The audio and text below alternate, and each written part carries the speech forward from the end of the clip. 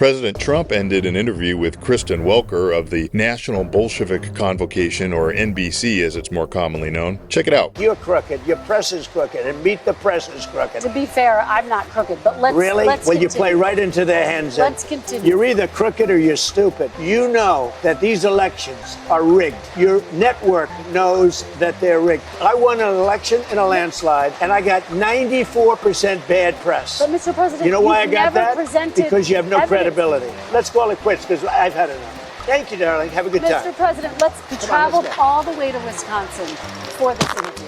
Trump cites the fact that his landslide victory, despite 94% of the press coverage about him being negative, proves the mainstream media's lack of credibility. I'll take it a step further. Welker, like all of the mainstream media talking heads, likes to say there's no evidence of a rigged election. But the biased media coverage is the rigging of the election. Like almost everyone who's ever voted, I've never had the chance to personally get to know a presidential candidate. I rely on the information I get from the press in order to form an opinion. No candidate is all good or all bad, but if you follow the media coverage of presidential candidates, it's always the same. They focus on the bad when covering the Republican while ignoring the good, and with the Democrat candidate, they do the opposite. So the elections are rigged before the fact. By the time election day arrives, the public's been brainwashed to believe what the press wants them to believe. How long did the press tell the very fine people lie about Charlottesville before CNN, I think it was, admitted the lie? You have every right to be outraged today and angry and never watch this network again. And even then, they left out the fact that the entire incident was funded by the Democrat terrorist organization known as the Southern Poverty Law Center. People are going to give Trump shit for walking out on this interview. I'm amazed he even talks to the press at this point. You're crooked. Your press is crooked. And Meet the Press is crooked. You're either crooked or you're stupid.